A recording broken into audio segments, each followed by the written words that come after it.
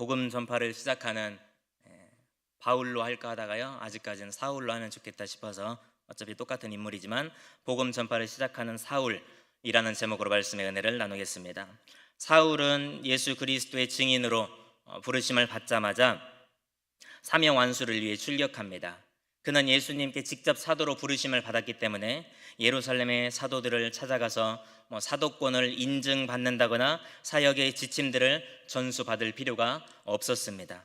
갈라디아서 1장 15절에서 17절까지 가보시면 사울 자신이 말한 자서전적 설명이라고 합니다. 거기서 그는 예수 그리스도의 계시를 받은 후에 혈육과 의논하지 아니하고 자신보다 먼저 사도된 자들을 만나려고 예루살렘으로 가지 않았다고 합니다. 도리어 아라비아로 갔다가 다시 다메섹으로 돌아갔다고 그렇게 기록하고 있습니다. 사울은 회심 직후 다메섹에 머물던 짧은 기간 동안 제자들과 하나 되어서 공동체를 이루었습니다. 박해자에서 전도자로 삶의 방향이 완전히 바뀌었다는 걸 알 수가 있습니다. 활동의 목적이 바뀌었다고 할 수 있겠는데요, 사울이 다메섹 회당을 방문한 이유도 그전 같았다면 회당을 왜 갔을까요?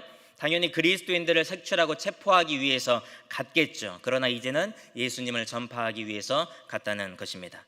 이처럼 예수님을 체험적으로 만난 사람은 활동의 목적, 삶의 방향이 바뀌게 되어 있습니다.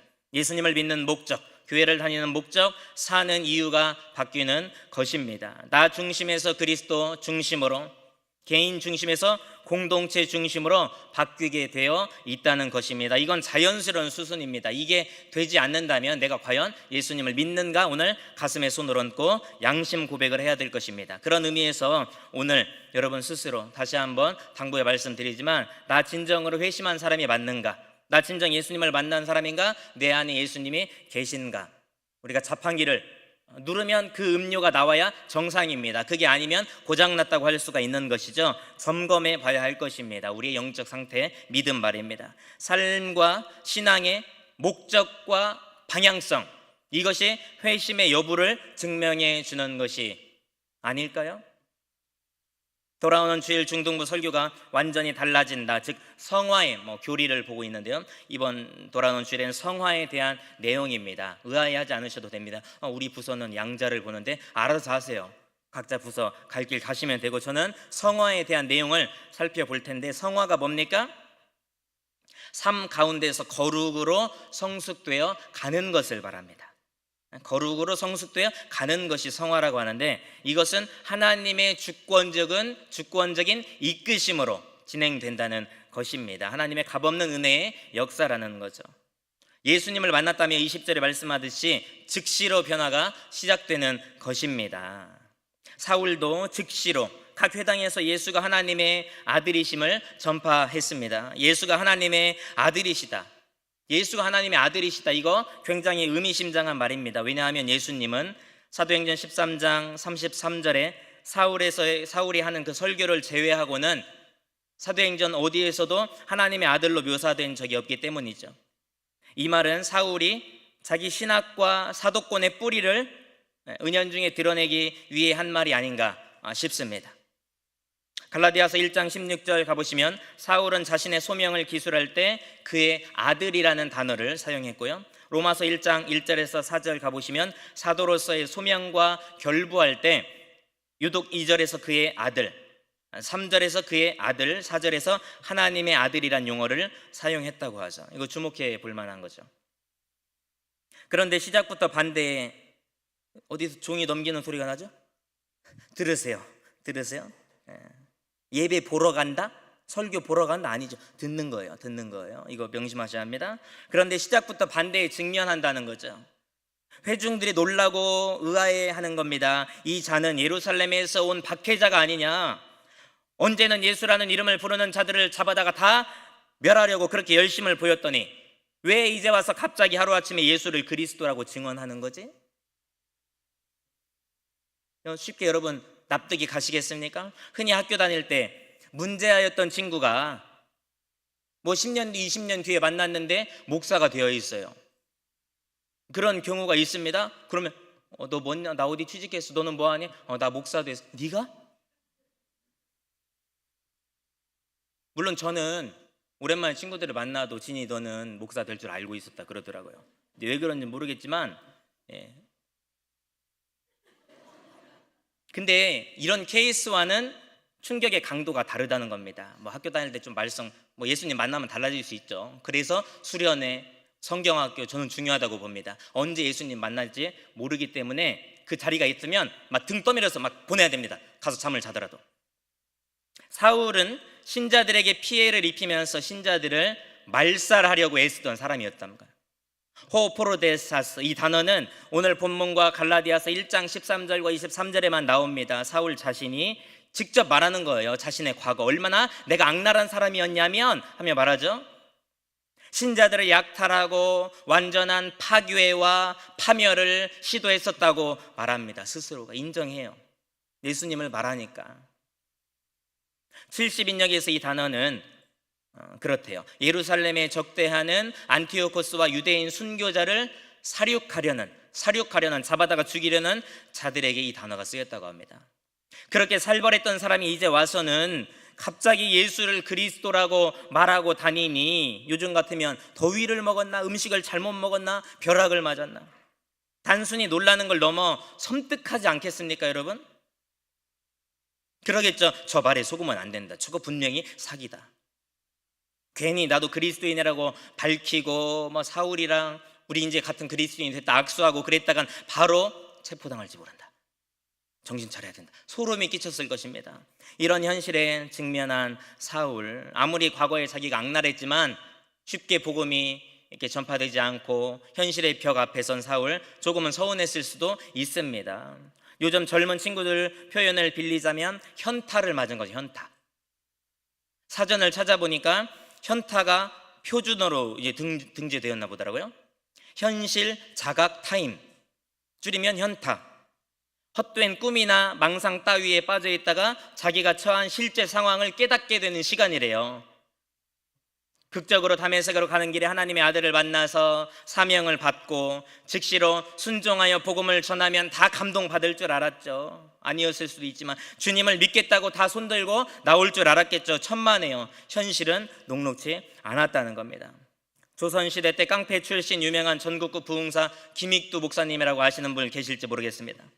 안악골의 호랑이라고 불릴 정도로 무서운 깡패였다고 하는데요. 동네 사람들이 김익두만 보면은 피할 정도로요. 시장에 가던 사람들도 가다가 선앙당이라는 데가 있었대요. 예전에 자기 마을을 지켜지는 뭐 수호신 같은 거 모셔둔 그 선앙당에 가서 비는 소원이 뭐였습니까? 오늘 물건 하나도 남김없이 다 팔고 오게 해주세요. 돈 많이 벌게 해주세요가 아니라 오늘은 제발 김익두만 만나지 않게 해주세요.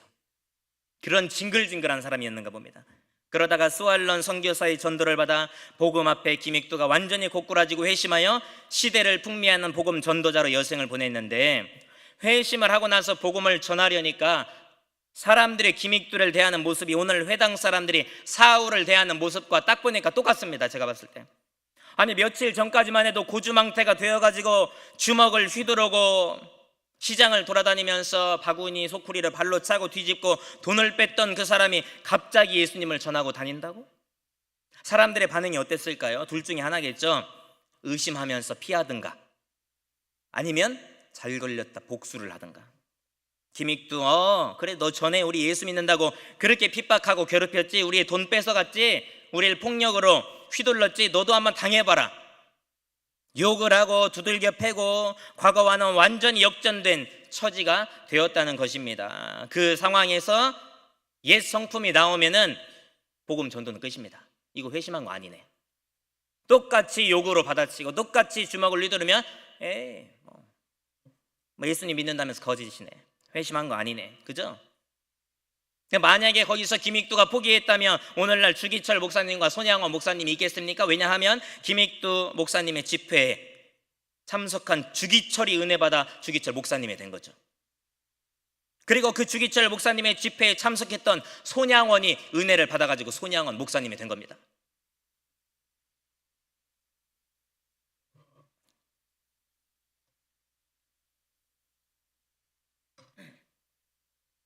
사울이 똑같이 욕하고 주먹을 휘두르고 그랬다면 어떻게 됐을까요? 22절을 한번 같이 읽어보실까요? 오늘 본문 22절입니다. 시작.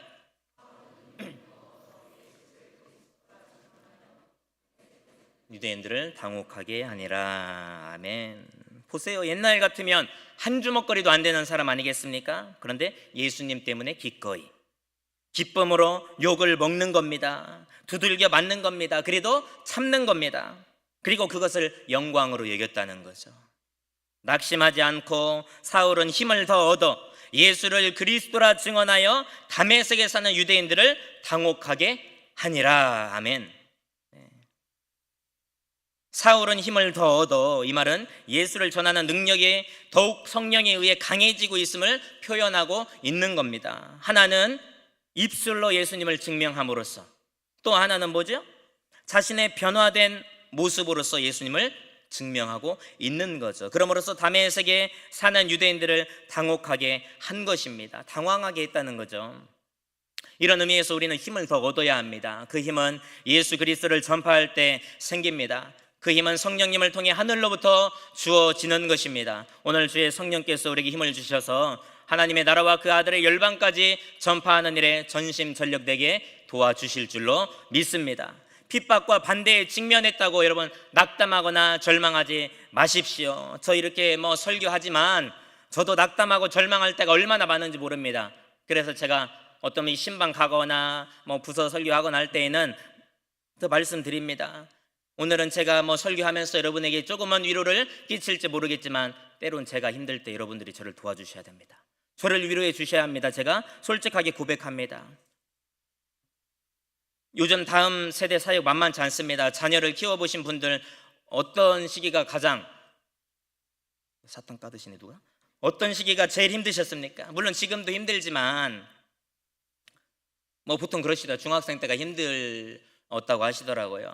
사람마다 시기가 다를 수 있겠지만 혹시 제 주장에 분노하시고 좌절하는 분 계십니까? 아니죠. 이거 전에 오셨던 김준 교수님, 전문가잖아요. 그분 가정사역의 청소년 김준 교수님의 말씀입니다. 고등학생 정도가 되면 어느 정도 이제 제정신이 돌아온대요. 근데 그 전까지는요 완전히 맛이 가요. 말을 걸어도 입을 꾹 닫고 말을 안 하죠. 무슨 생각을 하고 있는지도 모른다고 하더라고요. 이게 쉽게 저도 말 못하는 게 왜냐하면 제 자녀들이 그 시기가 되면 어떻게 될지 저도 장담할 수가 없기 때문에 그러죠. 그래 저도 선생님들께 애들이 혹여나 교회 안 나온다 하거나 심경에 변화가 생긴 듯 보이거나 아이들이 선생님한테 직설적인 말을 내뱉어도 흔들리지 마시라고 합니다. 그냥 한 귀로 듣고 한 귀로 흘리시라고 합니다. 이거는 기도 싸움입니다. 기도 싸움. 이거 시간 싸움입니다, 여러분. 인내의 싸움이라는 거죠. 그 아이들은 정상이 아닌 아이들이기 때문에 교육자나 교사도 나사를 하나 빼고 상식 밖의 방법으로 접근해야지 이거 상식으로 접근하려 했다가 도리어 선생님이 현타를 맞고 실족할 수도 있다는 것입니다. 이제 성경학교면 수련회며 선교를 시작하게 되니까 내일부터잖아요. 청년부는 내일부터. 그러니까 제가 왜 이 말씀 드립니까? 서로 기도하자는 거예요. 격려하자는 거예요. 응원하자고 제가 드리는 말씀입니다. 무엇보다 사울이 얻은 그 하늘의 능력과 담대함이 오늘 우리에게 부어질 수 있기를 간절히 기도합니다. 반대나 핍박은 복음을 전하려는 우리의 열심을 꺾지 못합니다. 오히려 기독교의 새로운 개종자들을 만들어내고요 그들의 열정을 격려하는 데 기여할 뿐입니다. 반대나 핍박이 그런 효과를 낸다는 거죠. 말씀과 기도가 오늘날의 교회를 일구었습니다. 한국 교회를 말씀과 기도가 일군 것 사실이지만 그 이면에는 핍박이라는 씨앗이 부흥이라는 열매를 일궈낸 것도 이거 사실입니다. 핍박이 심할수록 신앙심은 두터워졌습니다. 물론 진짜 신앙인들에 한해서 그렇죠. 두터워지고 교회의 결속력은 더욱 끈끈해졌다는 것이죠. 왜냐하면 진짜 그리스도인은 생명을 내걸어야 할 때 과감하게 생명을 내걸었기 때문입니다. 그런 의미에서 여기서 무너지면 끝입니다. 여기서 무너지면 끝입니다만은 여기서 힘을 얻고 다시 도약하면 놀라운 은혜를 맛보게 될 줄 믿습니다. 현실 바라보지 마시고 하나님만 바라보시고요 하늘의 힘을 받아 담대히 전진하실 수 있기를 바랍니다. 그리하면 우리를 비웃던 세상이 오히려 당혹해 하는 겁니다. 그러면서 우리에게 어떻게 말할까요? 저들은 세상이 감당할 수 없는 사람들이로다 라면서 복음 앞에 예수 그리스도 앞에 굴복하게 될 것입니다. 유대인들의 당혹감은 결국 적대감으로 변했습니다. 그리고 급기야 이제는 사울을 죽여버려야겠다. 죽이기를 공모합니다. 유대인들은 사울을 죽이기로 공모하고 그가 탈출하지 못하도록 그 도시의 문들을 철통으로 둘러싸고 통제했습니다. 그러나 그들의 계획을 사울이 한 발 앞서서 알게 됩니다. 누군가를 통해서 들었겠죠? 그리하여 사울은 제자들의 도움을 받아 창문을 통해 광주리를 타고 탈출함으로써 하나님의 아들의 이름에 전파를 가로막으려는 대적들의 그 잔인한 도전을 무산시켜버립니다. 보세요. 박해와 살해 위협은 사울로 하여금 또 다른 지역으로 피신하게 만들죠. 피신하게 만들어서 뭐합니까? 복음이 더 멀리까지 퍼지게끔 만든다는 것입니다. 한편 사울의 진술을 보면 성문을 통제한 것은 유대인이 아니라 나바티안 아랍 왕국의 아레다 왕의 고관이었다고 말하는데요. 고린도 후서 11장 32절에서 33절까지 제가 한번 읽어보겠습니다. 다메섹에서 아레다 왕의 고관이 나를 잡으려고 다메섹 성을 지켰으나 나는 광주리를 타고 들창문으로 성벽을 내려가 그 손에서 벗어났노라, 이렇게 말씀하고 있습니다. 다메섹에서 아레다 왕의 고관이 나를 잡으려고 다메섹 성을 지켰다고 말하지 않습니까? 몇몇의 추측은 이러합니다. 사울이 회심하고 다메섹에서 복음을 며칠간 전하다가 아라비아에 가가지고 대략 3년간일 수 있죠. 아라비아에 가서 복음을 전하고 돌아왔는데 그가 전한 복음을 듣고 이제 아라비아 여러 마을에서 소동이 일어난 거죠. 사울은 다시 다메섹으로 돌아왔겠죠. 이 사실을 안 아레다 왕의 고관이 누군가가 왔다 갔는데 소동이 일어난 거예요.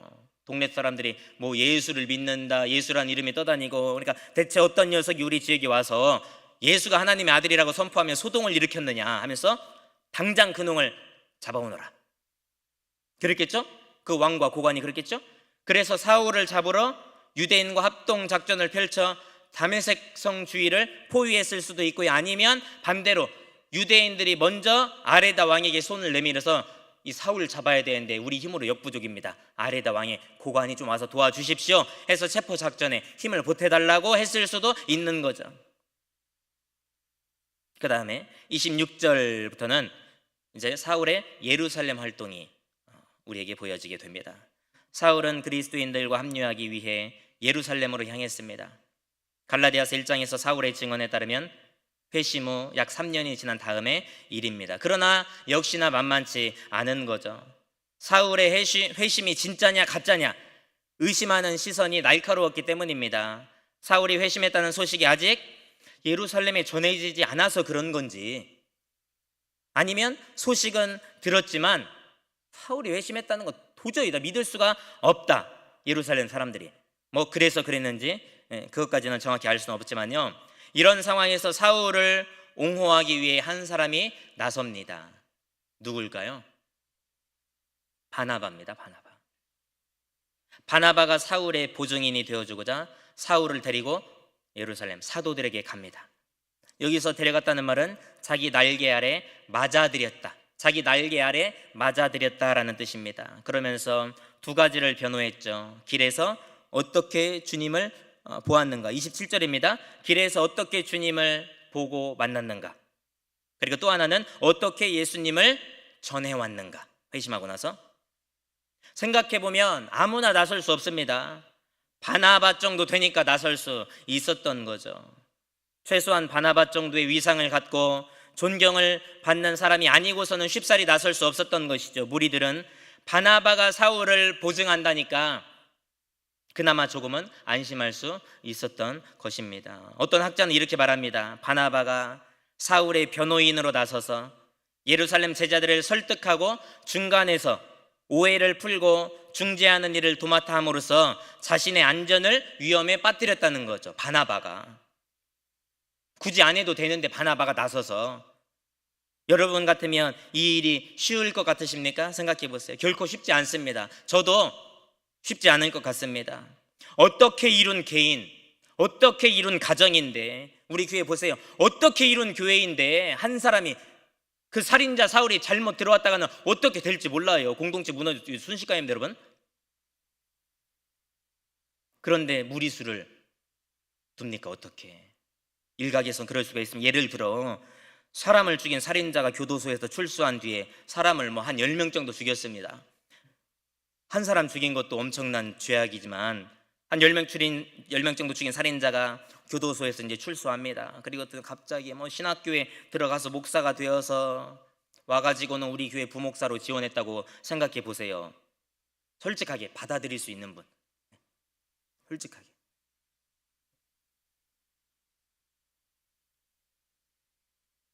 힘들 거예요. 일종의 선입견일 수도 있는 거고요. 의심이 꽉 들어차지 않겠습니까?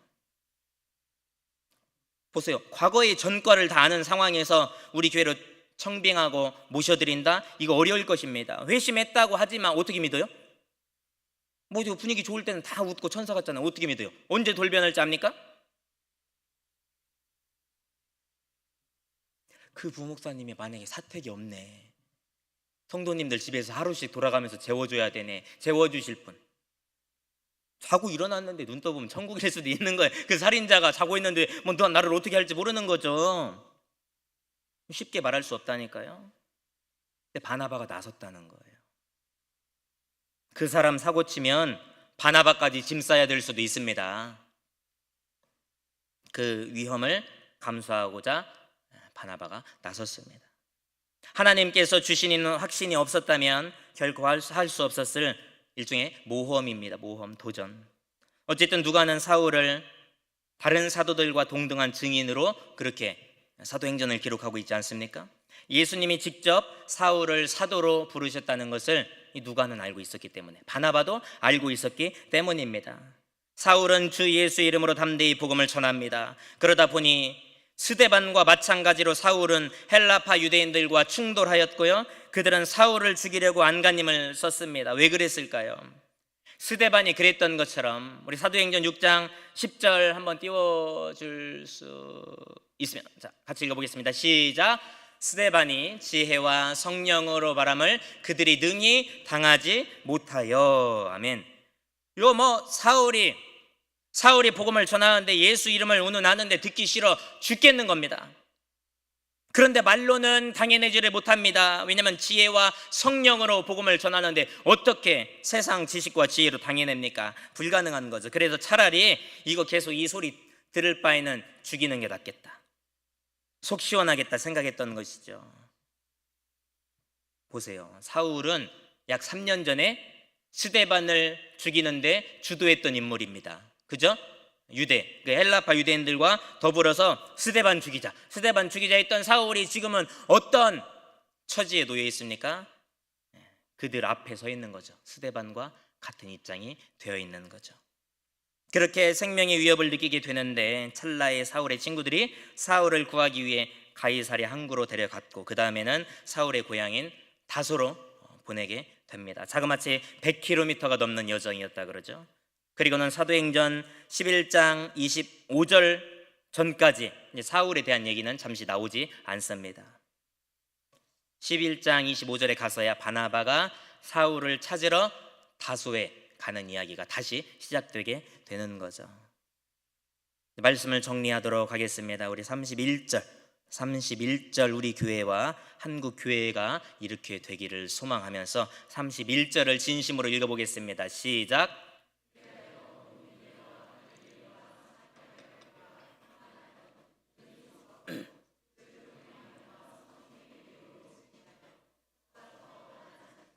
아멘. 이렇게 되기를 소원하십니까? 복음은 소위 이 팔레스타인이라 불리는 전체 지역으로 복음이 퍼져나가게 됩니다. 교회가 평안하여 든든히 서가더라. 우리 기도 제목이자 염원이죠. 여기서 교회 부흥의 근본적인 원동력이 무엇인지 우리가 힌트를 얻게 됩니다. 주를 경외함, 그리고 성령의 위로죠. 손바닥도 마주쳐야 소리가 난다고 하나님은 자신의 백성들과 교회를 사랑하시지만 하나님을 구하고 찾고 사모하는 자들에게 나타나 주십니다. 교회는 하나님을 경외할 때, 그리고 성령께서는 그들에게 찾아오사 위로해 주시고 하늘의 양식과 능력을 공급해 주십니다. 누군가가 이야기했듯이 사울의 사역에 대해 논한다면 사울은 그리스도 중심적인 사역을 했고 성령에 의해 사역을 진행했고 그의 사역은 담대했고 가히 대가가 따르는 것이었다는 거죠. 31절은 교회 성장에 대한 간략한 요약으로 마무리하는데, 이 요약은 마치 어느 책을 보니까 승리를 노래하는 합창의 후렴구와 같다고 하죠. 이미 6장 7절에서 우리는 동일한 기쁜 소식을 접했습니다. 우리 6장 7절 나와주세요. 시작. 말씀이 점점 왕성하여 예루살렘에 있는 제자의 수가 더 심히 많아지고 허다한 제사장의 무리도 이 도에 복종하니라. 아멘. 목전에 놓인 여름 사역이 있습니다. 내일부터 시작되고요. 앞으로 우리 교회와 한국교회의 미래 위에, 땅끝 선교지 위에 성령의 위로하심이 함께 하심으로 교회가 평안하여 든든히 서가고 있다. 하나님의 말씀이 점점 왕성하여 제자의 수가 더 심히 많아지고 있습니다. 허다한 대적들의 무리도 이 도에 복종하고 있습니다. 저는 태국 가지만 태국의 국왕이 봉동중앙교회인가 시골에 있는 교회에서 왔는데 태국의 국왕이 어떻게 복음을 듣고 갑자기 옷을 벗어 제끼고 회심하고 예수님을 믿기 시작하더라. 이런 소식이, 이런 기쁜 소식 우리 모두에게 들려올 수 있기를 간절히 기도합니다. 우리 함께 찬양하시면서 올여름뿐만 아니라